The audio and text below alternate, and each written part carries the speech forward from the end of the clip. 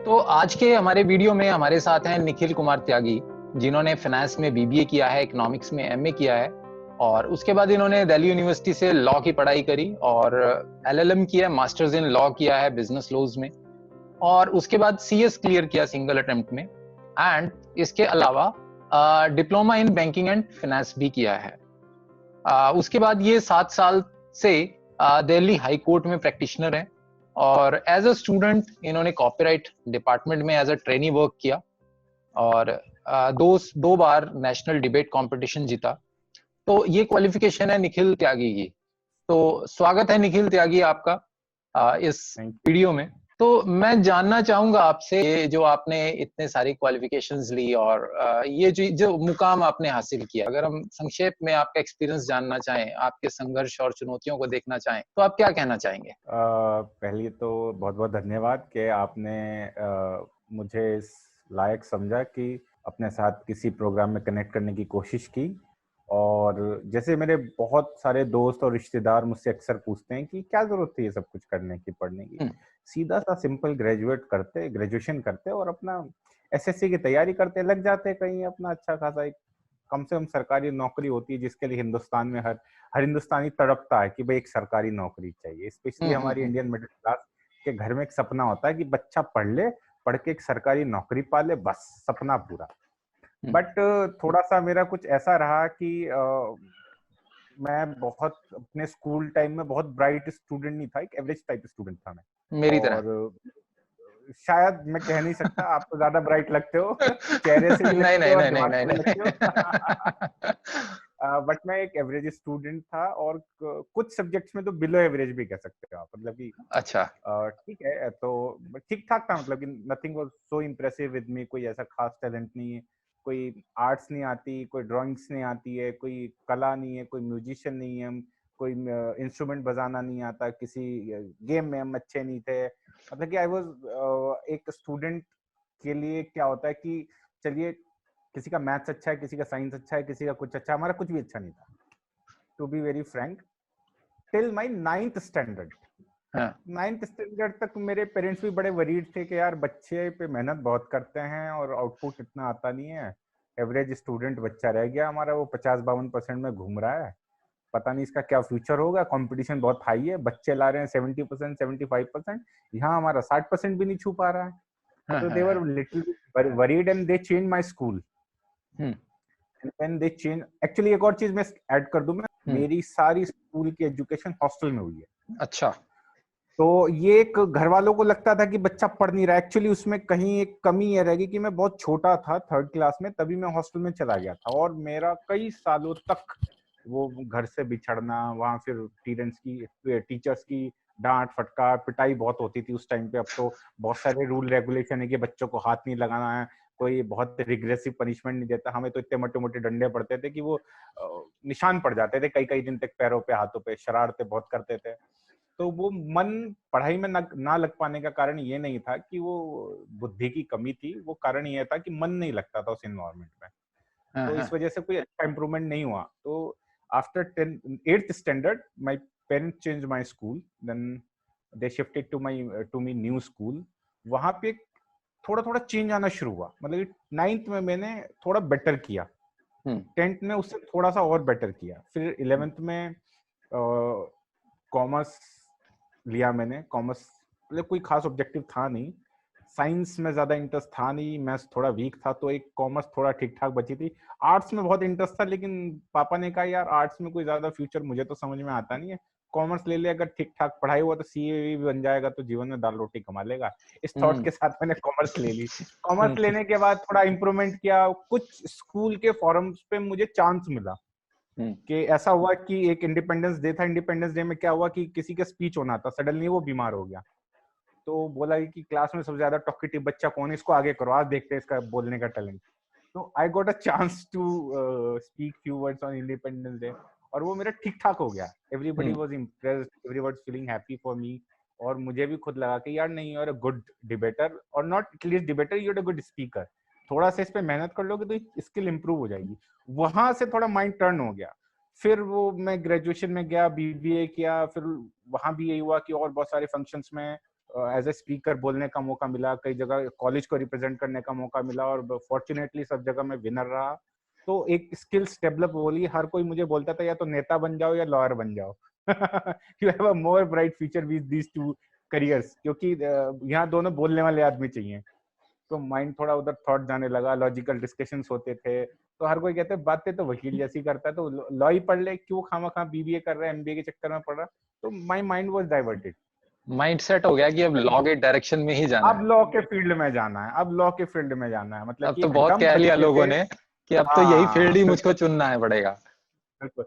मैं एक dump student से एवरेज पे पहुंचा, एवरेज से अबव एवरेज पहुंचा, अबव एवरेज से उन क्लास के 5-6 बच्चों में गिने जाने लगा जिसको टीचर्स अच्छे मानते हैं, या जिनको ब्राइट मानते हैं, जिनको स्टूडियस मानते हैं। फिर धीरे धीरे धीरे धीरे हम टॉप 3 में आने लगे। लगी I was a second topper in my 12th examination, board examination in my school. Hmm. Then I was second topper in my BBA, hmm. और 2 नेशनल डिबेट कंपटीशन जीते, एक स्टेट डिबेट कंपटीशन जीता, inter collegiate तो बहुत जीते। मतलब I have at least more than 25 certificates of winning debate competitions and all such kind of competitions. तो उसने मेरे ना कॉन्फिडेंस बूस्ट कर दिया। उसी हम्म। कॉन्फिडेंस के सहारे छोटे सी जगह से निकल के दिल्ली पहुंच गए, दिल्ली यूनिवर्सिटीज का एडमिशन दे दिया, वो एंट्रेंस एग्जाम दे दिया, एलएलबी एंट्रेंस का, वो क्लियर हो गया। एक और कॉन्फिडेंस आ गया। हमें पता ही था एडमिशन कैसे होगा वहाँ, कैसे हम्म। एंट्रेंस एग्जाम आएगा, क्या क्वेश्चंस होंगे, क्या क्राइटेरिया है, कितना परसेंटेज चाहिए, क्या वहाँ पे रैंक चाहिए, कितनी फीस है, लाइन में धक्के खाने, क्या डॉक्यूमेंट चाहिए। मतलब कि जब सारे प्रोसेस से गो थ्रू हुए तो पता लगा यार ये तो बड़ा अजीब सा प्रोसेस है। अगर कोई आउटसाइडर जिसको नहीं पता ये सब चीजें, तो उसके लिए बड़ा मुश्किल है यहाँ डील करना, वो एडमिशन ले ही नहीं पाएगा। उसको हम्म। इतना गोलमोल घुमा दिया जाता है। आप यकीन मानिए उस समय 2000 कुछ सीट्स थी, जिसमें डिफरेंट काइंड्स ऑफ रिजर्वेशंस भी थे। मैं एक जनरल बैकग्राउंड से आता हूँ, तो मेरे पास कोई रिजर्वेशन नहीं था। स्पोर्ट्स कोटा भी नहीं था, कोई आर्मी से मेरी फैमिली में नहीं, तो आर्मी कोटा होता है 2% का, वो नहीं था। तो मेरे पास कोई कोटा नहीं था किसी तरीके का। तो फिर हम्म। कोटा एक ही था कि मेरिट पे आ जाए, हम्म। वही एक कोटा है हमारे पास, मेरिट पे आना। हम्म। मेरिट के लिए मेहनत की। मेहनत दो चीजों के से, एक तो डर थी और दूसरा कुछ करना था लाइफ में, दोनों का कॉम्बिनेशन होके डीयू में एडमिशन ले लिया। फिर एलएलबी पूरी हुई, एलएलबी पूरी होने के बाद फिर लॉयर बने, तो पता लगा एलएलबी करना ज्यादा आसान है, लॉयर बन के प्रैक्टिस करना उससे ज्यादा डिफिकल्ट है। वहां बहुत सारी प्रॉब्लम्स फेस की, बहुत सारे इश्यूज आए। तो अच्छा है, मैंने कभी सोचा था कि अगर कभी एक्सपीरियंस शेयर करने का मौका मिले तो सबके साथ एक्सपीरियंस शेयर करूं, और सबको एक तरीके से गाइड मैं कर सकूं कि जो इश्यूज हमने फेस किए वो उन्हें ना करने पड़े। अच्छा, इससे पहले का भी जो आपका संघर्ष था, जो आपने कंपनी सेक्रेटरी क्लियर किया, that was again a challenge for you. मतलब कि इतना टफ एग्जाम क्लियर करने के बाद आपने ये कैसे सोचा कि नहीं, मुझे इस फील्ड में नहीं जाना? क्योंकि सीएस का भी जो मुझे पता है कि आपने फर्स्ट अटेम्प्ट में निकाला था। लोग 5-5, 6-6, 7-7 अटेम्प्ट अटके रहते हैं, फंसे रहते हैं, और वो भी शायद 2 ग्रुप एक साथ दिए थे। जी जी जी बिल्कुल। मैं हाँ। सीएस कैसा बताता हूँ एक्चुअली। मैं दिल्ली गया था। I was studying in Roorkee. Roorkee में हम्म। मेरा कॉलेज था जहाँ से मैं ग्रेजुएशन कर रहा था, और मैं रुड़की से सीधा दिल्ली गया। और दिल्ली जाने का मेरा मेन ऑब्जेक्टिव था कि मैं वहां जाकर सीएस की कोचिंग लूंगा, क्योंकि तब अच्छा। इन एरियाज में, मैं बात कर रहा हूँ 2009 की, हम्म। 2009 में, 2009 में रुड़की, सहारनपुर और ये आपका मुजफ्फरनगर, जो जिस जिस क्षेत्र को मैं बिलोंग करता हूँ, हम्म। वहां पर 10% 10% प्रोफेसर और टीचर्स भी ये नहीं जानते थे कि सीएस का कोर्स क्या होता है। हम्म। आज तो बहुत अवेयरनेस आ गई है। अगर मैं बोलता था मुझे सीएस करना है, तो बोला जाता था कंप्यूटर साइंस करना है। मतलब I have to explain, hmm. CS क्या होता है। और जब मैं पूरे एक्सप्लेनेशन दे देता था, लोग बोलते तो सीएस क्यों करना है, सीए कर लो फिर तो। मतलब कि वो उस चीज के लिए फोर्स करते थे जिस चीज को वो जानते हैं, जिस चीज को वो नहीं जानते थे उसके लिए उनकी कोई वैल्यू नहीं होती थी। खैर, मैं सीएस, एक्चुअली सीएस के बारे में मुझे मेरे फादर ने मुझे बताया था। हम्म। उनकी कोई फ्रेंड थे और उनका बेटा सीएस थे, और उन्होंने जो है काफी अच्छे अचीवमेंट्स किसी अच्छी एमएनसी में वर्क कर रहे थे। तो my father was quite impressed with the degree of CS. So he asked me to, beta, at least you should pursue this professional course. It will help you to grow up your life smoothly with this course. एक अच्छा professional course भी है, demand भी है, थोड़ा पे भी अच्छी मिल जाती है, और तुम देख लो, वैसे टफ बहुत है, ही एडेड विद दैट कि ये टफ बहुत है, तुम देख लो। तो आई सेड कि भाई चलो लेट्स ट्राई। अच्छा, वो जब गए दिल्ली कोचिंग लेने तो लोग वहां डरा के रखते थे हमें कि इसका तो 2% रिजल्ट आता है। एक्चुअल में ऐसा ही होता था। अगर हाँ वहां बिल्कुल, जितने 2% से ज्यादा दो रिजल्ट नहीं है। परसेंट 3% ही मैक्सिमम था। हाँ। डर बहुत था। और आप ये मानिए कि मेरे 2 जून 2010 को मेरे सीएस के एग्जामिनेशन थे, सीएस एग्जीक्यूटिव के एग्जाम थे शुरू, और दोनों ग्रुप में दे रहा था। तब एक ग्रुप में 3 पेपर होते थे, और यानी टोटल पेपर 6। और आपको मैं बता दूं, सीएस के एग्जामिनेशन में कोई छुट्टी नहीं होती है, संडे भी है तो बीच में संडे को भी एग्जाम होगा। कोई कोई ऐसा फेस्टिवल भी है जिसकी जिसकी नेशनल लेवल पे गजेटेड हॉलीडे है, उस दिन भी आपका एग्जाम होगा। अगर डेट शीट शेड्यूल है तो वो शेड्यूल है, कोई चेंज नहीं होगा उसमें। टाइम फिक्स है, आंधी आ जाए, तूफान आ जाए, बारिश हो जाए, कोई चेंज नहीं होता उसमें। तो मेरा फिक्स था कि 2 जून को मुझे एग्जाम देना, सीएस का दोनों ग्रुप देने हैं एक साथ। और 30 मई 2010 को मेरा दिल्ली यूनिवर्सिटी एलएलबी का एंट्रेंस एग्जाम था। सो आई हैव अच्छा। टू चूज इन बिटवीन कि भाई मुझे एलएलबी का एंट्रेंस देना है या मुझे फोकस सीएस पे करना है।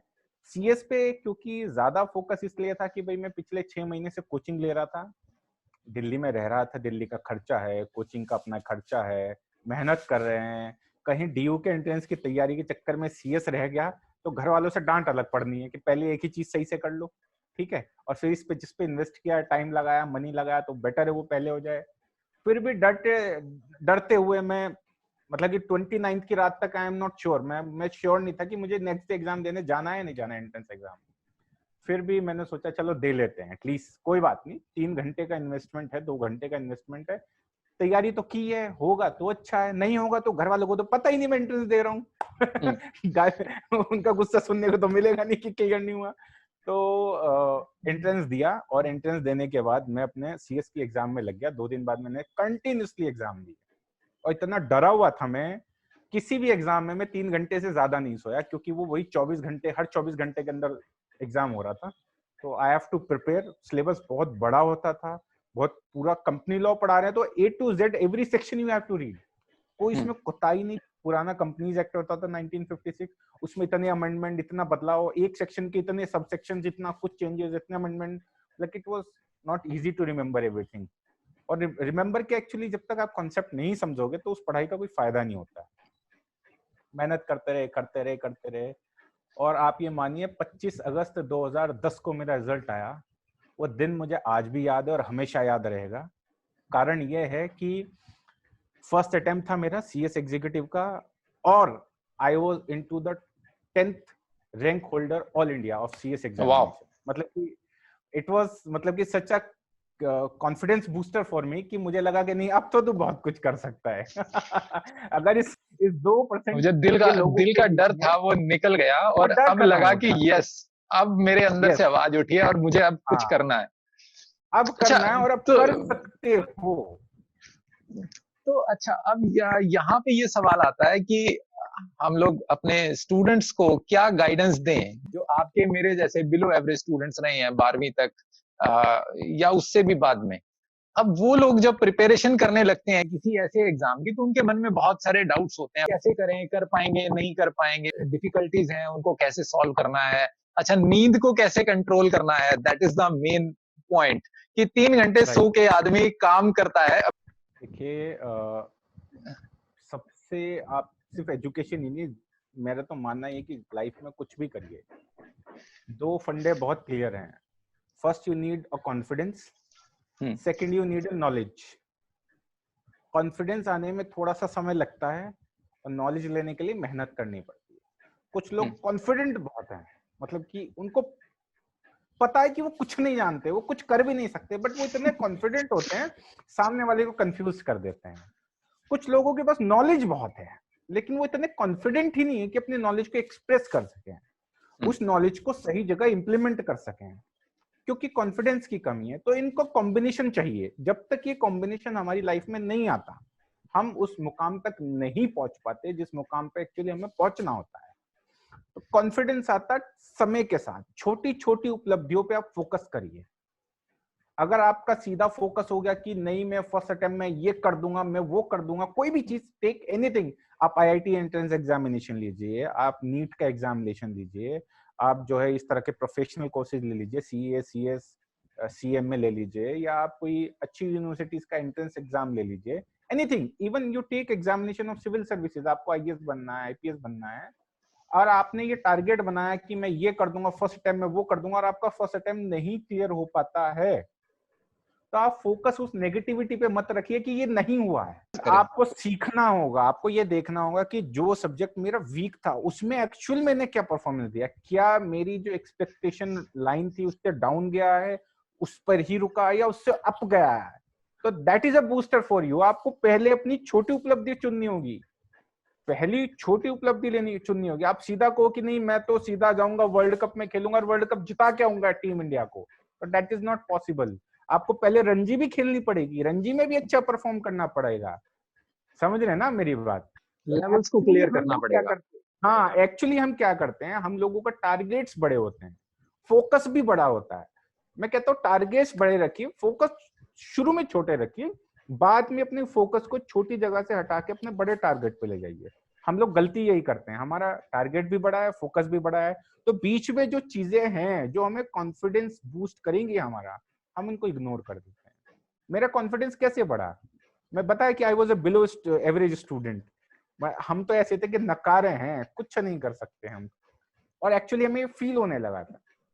कॉन्फिडेंस कैसे बूस्ट हुआ? कॉन्फिडेंस बूस्ट हुआ जब इंटर कॉलेजिएट हमने एक छोटी सी डिबेट जीती, भले ही उसमें 5 लोग थे, कॉन्फिडेंस आया कि इन 5 में तो मैं बेस्ट हूँ, 50 को छोड़ दो तुम, इन 5 में मैं बेस्ट हूँ। फिर 50 के बीच जीत के आया कि इन 50 में मैं बेस्ट हूँ, 5000 छोड़ दीजिए आप। फिर हमने स्टेट लेवल जीत ली, तो लगा नहीं मैं इस स्टेट में बेस्ट हूँ, आप इंडिया लेवल छोड़ दीजिए, हमें मत काउंट करो उसमें, ठीक है। This was a confidence booster for मी, ठीक है। और फिर वो आपको एक ठीक ठाक लेवल अचीव कर लेते हैं, तो फिर आपका एक कॉन्फिडेंस ऐसे चट्टान की तरह बिल्ड हो जाता है, फिर आपको कोई फर्क नहीं पड़ता। ये 2 बड़े मंत्र हैं। रही बात नींद कंट्रोल करने की, रेगुलर, देखिए कोई भी चीज है, जितने भी दुनिया में बड़े लोग हुए हैं, बड़े लोग मतलब जिन्होंने कोई अच्छा अचीवमेंट किया है, जिन्होंने कोई अपने आप में हिस्ट्री क्रिएट की, उनके अंदर 2 क्वालिटीज थी, कॉमन क्वालिटीज, एक सिमिलर चीज है जो हर बड़ी चीज बड़े व्यक्ति में पाई गई है, वो ये कि वो अपनी चीज को लेकर रेगुलर थे। सचिन तेंदुलकर, मतलब कि आप एक ऐसा एग्जांपल ले सकते हैं कि वो करोड़ों के घर में रहने वाला व्यक्ति, जिसके पास जो अपने घर में कर्मचारी रखता है, गाड़ी की सफाई के लिए, घर की सफाई के लिए, खाना बनाने के लिए, डॉक्टर, थेरेपिस्ट, उसने पर्सनली अपॉइंट किए हुए अपने अपनी फैमिली के लिए। उसका एक कैलकुलेशन से उसका पर ईयर खर्च जो है it's more than 50 crore, 50 crore का खर्च है पर ईयर, ठीक है। वो तब भी क्या करता है, रोज 3 घंटे प्रैक्टिस करने घर छोड़ के, उस कंफर्ट लेवल को छोड़ के, एसी रूम छोड़कर, उस फोन में जो हम खोए रहते हैं, 10,000 रुपए का फोन लाते हैं और अपने 10,000 से ज्यादा घंटे खो देते हैं उसमें, पता नहीं क्या ढूंढ रहे हैं लोग उसके अंदर। तो वो मोह माया, वो कंफर्ट जोन को छोड़ते हैं, वो रेगुलर अपनी चीज को लेके फोकस्ड हैं, वो डिसिप्लिन में है। जब तक आप रेगुलरिटी और डिसिप्लिन का कॉम्बिनेशन नहीं रखोगे, तो ना तो आप नॉलेज एक्वायर कर पाओगे, ना कॉन्फिडेंस बूस्ट होगा। तो ये दोनों चीजें चाहिए। रही बात नींद की, नींद पर्सन टू पर्सन डिपेंड करता है। कभी आप बहुत ज्यादा स्ट्रेस में हैं तो आप कम नींद लेके, मतलब कि कोई आपका टारगेट है कि नेक्स्ट एग्जाम है, 2 दिन के बाद एग्जाम है, तो कम नींद में शायद काम चला लें।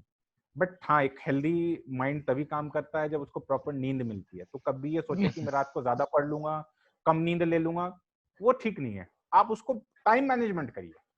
अगर आप रात को लगता है कि आपको ज्यादा दिक्कत हो रही है तो आप मैनेज कर लिए। मैं क्या करता था कि 2 घंटे या 3 घंटे दिन में सो लिए, जब लोग घर में डिस्टरबेंस होता है कि हो हल्ला हो रहा है, या आप रूम में रूम पार्टनर के साथ हो, वो फोन पे बात कर रहा है, वो खाना बना रहा है, वो म्यूजिक सुन रहा है, आप सो जाइए। जब वो सो जाए रात को, आप पढ़ लीजिए। तो ये आपको देखना पड़ेगा कि आपकी सिचुएशन में क्या फिट हो रहा है, ये आपका अटेंशन का पार्ट है एक्चुअली। यानी टाइम मैनेजमेंट, कंसिस्टेंसी और अपने जो गोल्स हैं उनको छोटे टुकड़ों में ब्रेक करना बहुत जरूरी है। हम ये ना मान के चलें कि सीधा मुझे वर्ल्ड कप जीतना है। वर्ल्ड कप से पहले जो छोटे छोटे स्टेप्स आते हैं, पहले उन पे अपना पूरा ध्यान केंद्रित करना होगा, ताकि हम अगले स्टेप पर क्रॉस कर सकें। बात करते हैं अब लॉ की स्टडी की। लॉ की स्टडी में क्या क्या डिफिकल्टीज आपको आई, और क्या लॉ एक अच्छा प्रोफेशन हो सकता है स्टूडेंट्स के लिए? क्या इसमें स्कोप है, और अगर है तो कितना है? देखिए, लीगल प्रोफेशन मतलब कि आप डॉक्टर के प्रोफेशन को छोड़ दें अगर, तो ये सबसे ओल्डेस्ट प्रोफेशन है दुनिया का। ये सदियों से चल रहा है, ठीक है। और पहले ये सिस्टमेटिक नहीं होता था, जब क्योंकि एक कॉडिफाइड लॉज नहीं थे, एक प्रॉपर लॉ सिस्टम नहीं था, एक प्रॉपर चीजें नहीं थी। जब राजा महाराजा इस देश में हुआ करते थे तब भी एक तरीके से अदालतें लगती थी। अदालतें वो ऐसी नहीं होती थी कि जहाँ कोई अपॉइंटेड जजेस होते थे या वहां पर क्वालिफाइड लॉयर्स होते थे। वहां पर राजा जो है वो स्वयं अपने आप में जज होता था। वो उनके अपने कॉडिफाइड सिस्टम होते थे, और जो अपराधी है या जिसके ऊपर जो एक्यूज्ड है वो अपने आप को डिफेंड करता था, अपने फेवर की चीजें बोलता था। तो वो एज अ लॉयर अपने आप को लेकर चलता था वहां पे कि मेरे फेवर में क्या जा रहा है, मेरे अगेंस्ट में क्या जाना है, क्या छिपाना है, क्या बोलना है, कि कैसे अपने फेवर में चीजें मैनिपुलेट करनी है। तो एक्चुअली वो भी एक लीगल प्रोफेशन का पार्ट था। हालांकि वो क्वालिफाइड नहीं था, वो एक प्रॉपर सिस्टम में नहीं था, कोई डिग्री लेकर नहीं बना था, बट ये सदियों से एग्जिस्ट कर रहा है। रही बात की स्कोप की, स्कोप पहले भी बहुत होते थे, आज भी बहुत है, और आगे भी हमेशा रहेंगे। मैं एक बहुत सिंपल सा एग्जांपल देना चाहता हूं। आप देश की आजादी से लेकर और अभी तक करंट सिनेरियो में हिंदुस्तान में आप उस समय के 10 बड़े नेता गिन लीजिए और आज के 10 बड़े नेता गिन लीजिए, irrespective of any political party, किसी भी राजनीतिक दल का देखिए, उनके जो टॉप लीडरशिप है उनमें कहीं ना कहीं कोई ना कोई लॉयर है।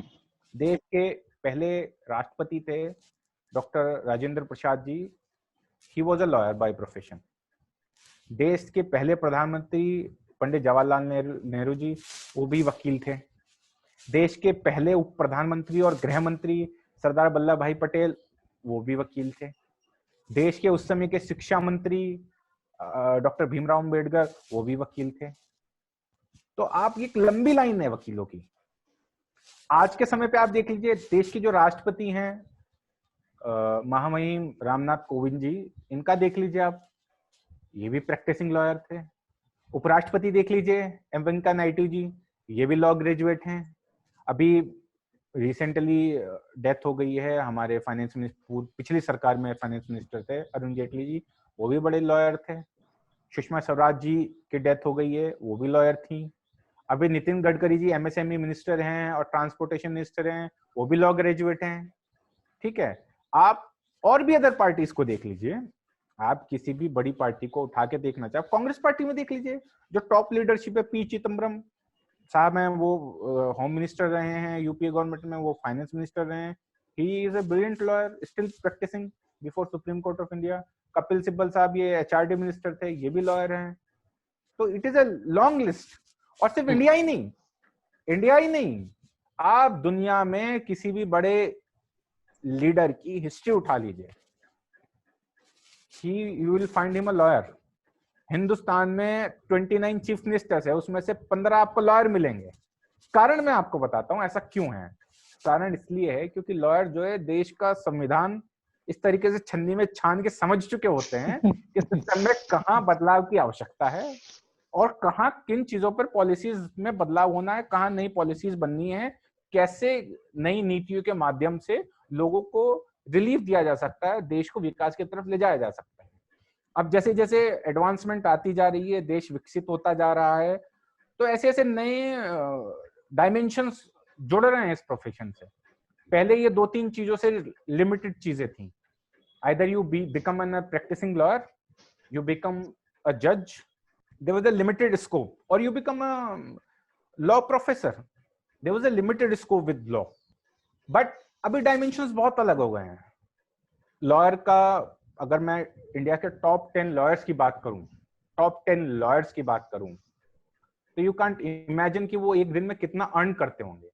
There is a lawyer Harish Salve ji, Harish Salve ji का नाम बहुत लोगों ने सुना होगा, क्योंकि वो अभी इंटरनेशनल कोर्ट में केस जीत गए हैं पाकिस्तान के अगेंस्ट, और उन्होंने सिर्फ 1 रुपए की फीस ली थी गवर्नमेंट ऑफ इंडिया से।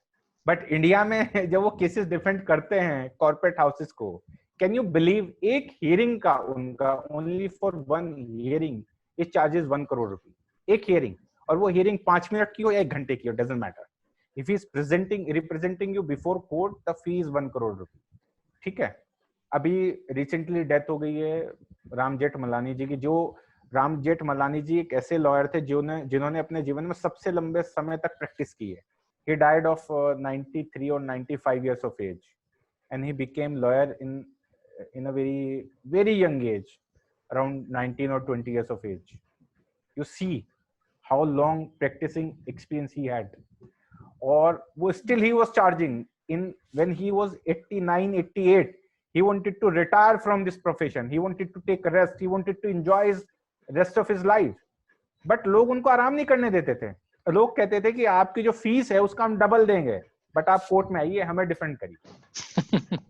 तो एक बड़ी कहावत भी है कि इस प्रोफेशन में जैसे जैसे आप एजेड होते जाते हो, जैसे जैसे आपकी एज बढ़ती है, एक्सपीरियंस बढ़ता है, वैसे वैसे आपकी डिमांड बढ़ती है, आपकी प्रोफेशनल फी बढ़ती है। बाकी प्रोफेशंस में क्या होता है, एज बढ़ती है, रिटायरमेंट की तरफ जाते हो। इसमें क्या है, एज बढ़ती है तो जो इन्वेस्टमेंट है ना उसकी मेच्योरिटी की ओर जाते हो आप। उसका रिटर्न का टाइम ज्यादा अच्छा आता है, उसका रिटर्न ज्यादा अच्छा आता है। तो इस प्रोफेशन में स्कोप प्रैक्टिस में तो हमेशा से ही है। तो यानी जिन स्टूडेंट्स को पॉलिटिक्स में जाना है तो वो लॉ के रास्ते जाएं तो बहुत आसानी से पहुंच जाएंगे। बिल्कुल बिल्कुल बिल्कुल बिल्कुल। देखिए ये तो हिस्ट्री है पूरी, एक पूरी हिस्ट्री है कि अगर आपको पॉलिटिशियन बनना है तो बेटर आप लॉ पढ़ें। मतलब जरूरी नहीं आप लॉयर बने, बट एलएलबी करें तो आपको समझ होगी देश का संविधान क्या है, यहाँ स्ट्रक्चर क्या है, यहाँ कैसे फेडरल स्ट्रक्चर है, स्टेट और सेंट्रल गवर्नमेंट कैसे फंक्शन करती हैं, अदर अदर जो इंस्टीट्यूशंस है, एजेंसीज हैं, वो कैसे वर्क करती हैं, कॉन्स्टिट्यूशंस ने उनको क्या राइट्स दिए हैं, वो बहुत जरूरी है समझना।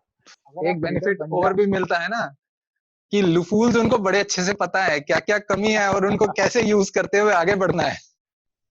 देखिए डिपेंड करता है सामने वाले पे कि वो लीगल प्रोविजंस को कैसे अपने फेवर में मैनिपुलेट करता है या कैसे खुद को उनसे डिफेंड करता है। अब इसको आप किसी भी वे में प्रेजेंट कर सकते हैं कि लूप होल्स का फायदा ले रहे हैं या कैसे भी, वो एक अलग चीज है। ठीक है। तो इसमें बीइंग अ लॉयर एक हमेशा अवेलेबल है चांस। और दूसरा आजकल एक चलन हो गया है, जो कॉर्पोरेट हाउसेज हैं वो इन हाउस काउंसिल रखने लगे हैं। जो बड़े बड़े कॉर्पोरेट हाउसेज है वो क्या करते हैं, वो अपने अंदर ही उन्होंने पोस्ट क्रिएट की हुई है लॉयर्स की। वो लॉयर्स कोर्ट में नहीं जाते हैं, एज अ लॉयर रिप्रेजेंट नहीं करते हैं कंपनीज को, बट वो कंपनीज के अंदर बैठे हैं, प्रॉपर उनके पेरोल पर होते हैं, उनके एग्रीमेंट ड्राफ्टिंग से लेकर उनको एडवाइस करने तक, कंप्लाइंसेस में उनको उनको लीगल एडवाइस तक, हर चीज में वो बोर्ड को सपोर्ट करते हैं। और कंपनी को कोई चीज टेक ओवर करनी है, कहीं नया इन्वेस्टमेंट करना है, किसी दूसरी कंट्री में इन्वेस्ट करना है, या किसी कॉन्ट्रैक्ट में जाना है, कोई एग्रीमेंट करना है, तो they are the one who guide them. Consultancy ये सर्विस तो बेसिकली। या consultancy services is there, but वो इन हाउस नहीं होते। इन हाउस मतलब कंपनी के पेरोल पर हो आप, you are working as a consultant but you are on the payroll of a company, you are not practicing as a lawyer before the court. Lawyer जो होता है वो इंडिपेंडेंट किसी को भी रिप्रेजेंट कर सकता है। There is a provision of bar council of India, जो लीगल प्रोफेशन है इंडिया में, लीगल एजुकेशन और लीगल प्रोफेशन दोनों को bar council of India govern करता है। तो अभी लीगल फील्ड में काफी डायमेंशंस और ऐड हो गए हैं। आप as a in house counsel भी काम कर सकते हैं, कंपनीज के अंदर रहकर उन्हीं के लिए आप उनको एडवाइस कर सकते हैं, कंप्लायंसेस कर सकते हैं उनके लिए, वेटिंग और ड्राफ्टिंग कर सकते हैं डॉक्यूमेंट्स के, और भी सारे वर्क होते हैं उनसे रिलेटेड। इसके अलावा एक और डायमेंशन ऐड हुआ है, लीगल जर्नलिस्ट। अब जितने भी मीडिया हाउसेज हैं, स्पेशली जो अच्छे और बड़े मीडिया हाउसेज है, चाहे वो इलेक्ट्रॉनिक हो या प्रिंट हो, वो सब लोग अपने यहाँ कोई ना कोई लॉ ग्रेजुएट को एंगेज करता है। वैसे भी एक सुप्रीम कोर्ट की रूलिंग आई थी कुछ साल पहले कि लीगल मैटर्स को वही रिपोर्ट करेगा, वही जर्नलिस्ट रिपोर्ट करेगा जो लीगल फील्ड की नॉलेज रखता हो या उस फील्ड की एजुकेशन रखता हो, या तो उस फील्ड का एक्सपर्टीज हो कि वो 10 साल 15 साल से उसको कवर कर रहा था, उस मैटर्स का उसको लीगैलिटी समझ में आ गई है। क्योंकि कई बार क्या होता है, जो जर्नल दूसरे फील्ड मतलब कि जो जर्नलिस्ट होते हैं वो लीगल फील्ड की नॉलेज नहीं रखते हैं, तो सुप्रीम कोर्ट या अदर कोर्ट्स के ऑर्डर्स को अपने हिसाब से जो है वो करते हैं, एक्सप्लेन करते हैं मीडिया मैनिपुलेट कर देते हैं। हाँ, अपने हिसाब से उनका इंटरप्रिटेशन पर्सनल इंटरप्रिटेशन होता है, लीगल पॉइंट ऑफ व्यू से नहीं हो होता। जाता है। हाँ। हाँ, तो वो उस सब चीजों से बचने के लिए, और वो पब्लिक में कुछ से कुछ मैसेज चला जाता है, उसकी वजह से कई बार द्वेष भावना पैदा हो जाती है इंस्टीट्यूशंस के खिलाफ, या कुछ सिस्टम गड़बड़ा जाता है गवर्नमेंट के खिलाफ, या कुछ गलत मैसेज चला जाता है।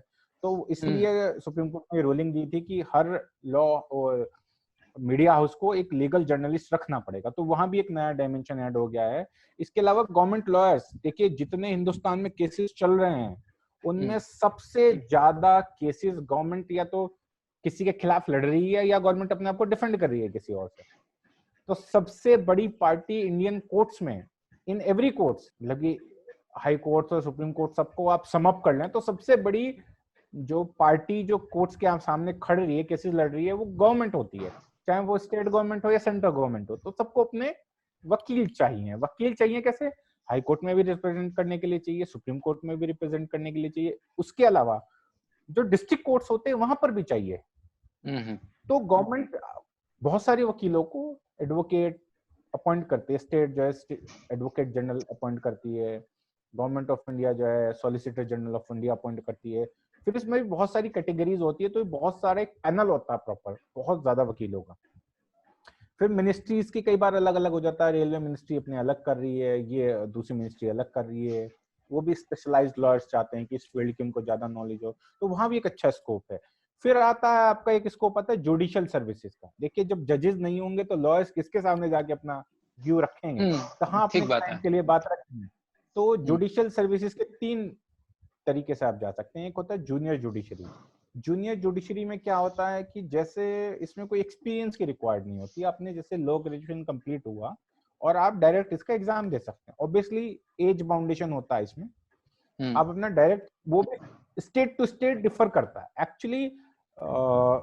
जुडिशियल एग्जामिनेशन हमारे यहाँ स्टेट वाइज होते हैं, नेशनल वाइज नहीं होते हैं, नेशनल लेवल पर नहीं होते हैं। जैसे कि सिविल सर्विसेज आईएएस आईपीएस के जो एग्जाम होते हैं वो नेशनल लेवल पे होते हैं। फिर जो स्टूडेंट क्लियर करते हैं उनकी ट्रेनिंग के बाद उनको स्टेट का कैडर अलॉट होता है। लेकिन जुडिशरी सर्विसेज में ऐसा नहीं होता है। जुडिशरी सर्विसेज में हर स्टेट अपने अलग अलग एग्जाम कंडक्ट करती है, उनका सिलेबस भी डिफर करता है और उनका पैटर्न भी डिफर करता है, उनकी मार्किंग मेरिट सब कुछ अलग होती है।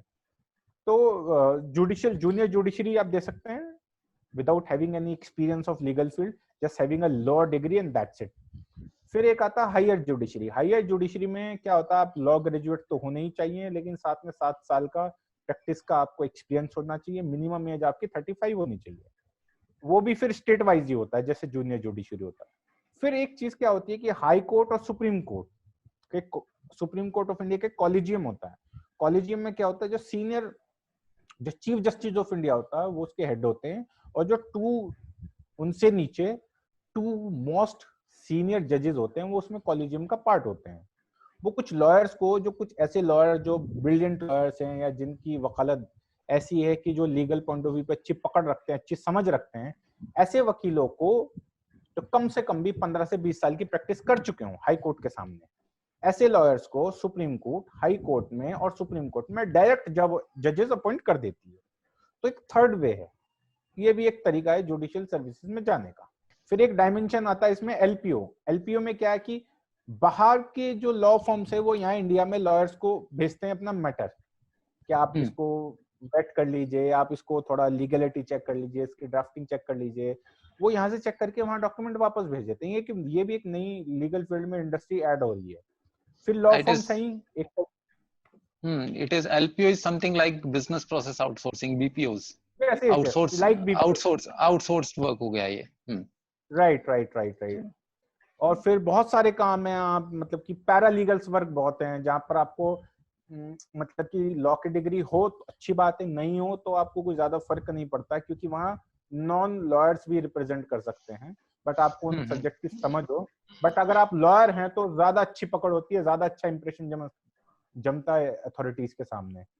तो ये भी एक फील्ड हो रहा है। फिर इसके अलावा एक है कि आजकल बैंक्स में भी बहुत डिमांड है लीगल ऑफिसर्स की। अगर आप लॉ ग्रेजुएट हो तो आपके लिए एक स्पेशल पोस्ट होती है बैंक्स के अंदर, बोथ बैंक्स और इंश्योरेंस कंपनीज के अंदर, लीगल मैनेजर्स की। उसमें भी हायरार्की, प्रमोशंस वैसे ही चलते हैं। तो वो आपका उसमें भी है, सभी बैंक्स में, वो प्राइवेट सेक्टर के या गवर्नमेंट सेक्टर के हो, ऐसे इंश्योरेंस कंपनीज में सभी में है। तो वो भी अच्छा स्कोप है। इसके अलावा जितनी गवर्नमेंट कंपनीज हैं वहां सब लीगल मैनेजर्स की रिक्वायरमेंट होती है, तो गवर्नमेंट जॉब का स्कोप भी इसके अंदर है ही अपनी जगह, इसमें कोई दिक्कत नहीं है। फिर एक बहुत अच्छा एक नया पिछले 10-15 साल से बड़ी चलन इसकी बढ़ गई है इंटरनेशनल लेवल पे, तो कई सालों से थी, आर्बिट्रेशन की। आर्बिट्रेशन एक प्रोसेस होता है जहां पार्टीज एग्री करती हैं कि हम कोर्ट नहीं जाएंगे।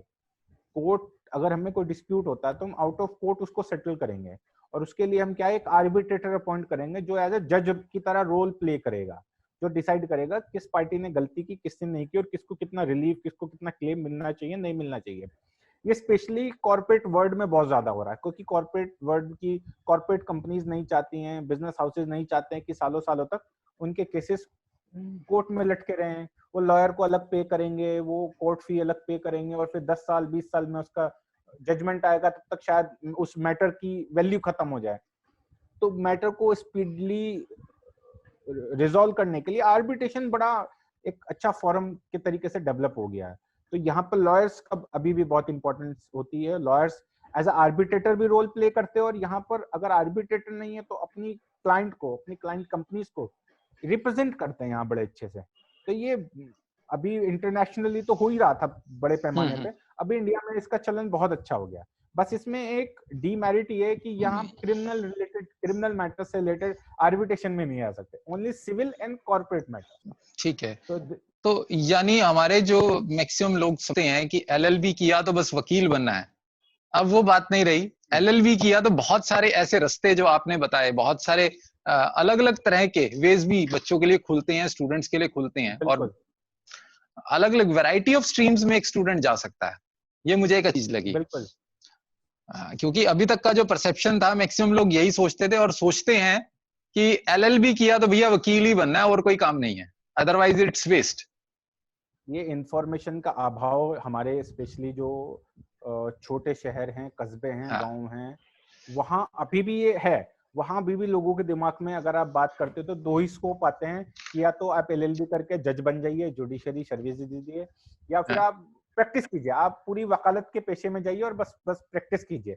तीसरा रास्ता बहुत कम लोगों को पता होता है, और बहुत कम लोगों को उसके बारे में क्लियरिटी होती है कि अगर पता भी है तो उस फील्ड में जाएं कैसे, शुरुआत कहां से करें।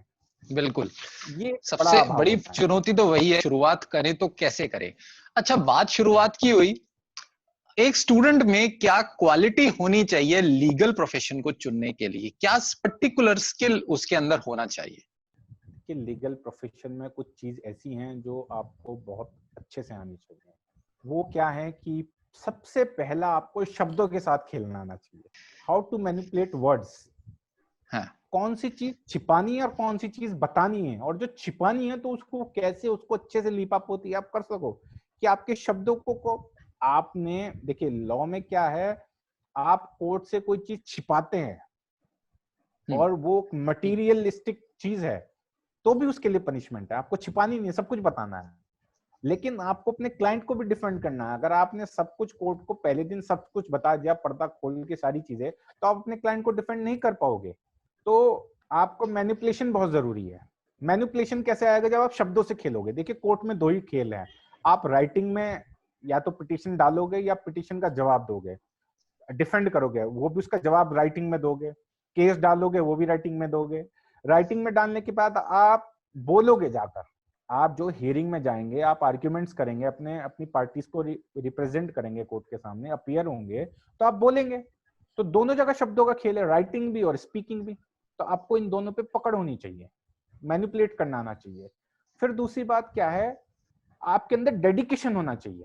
डेडिकेशन कैसे होना चाहिए? डेडिकेशन इसलिए होना चाहिए कि कुछ लोग क्या है, आलसी होते हैं कि आज आपके पास केस आ गया है और वो केस, और कुछ मैटर्स में लिमिटेशन होती है कि अपील में जाना है, कि ये कोई इंसिडेंट हो गया तो 30 दिन, 40 दिन, 60 दिन, 120 दिन, हर लॉ में अलग अलग एक प्रोविजन है, उसके अंदर इसकी अपील होनी है, इसके अंदर इसका जवाब दाखिल होना है, वो विद इन टाइम बाउंडेशन हो जाना चाहिए। डेडिकेशन होना चाहिए कि इसकी ये लिमिटेशन है और मेरे पास टाइम है तो मुझे करना है, और टाइम कम भी है तो मुझे इसको मैनेज करके कंप्लीट करके करना है। डेडिकेशन बहुत जरूरी है।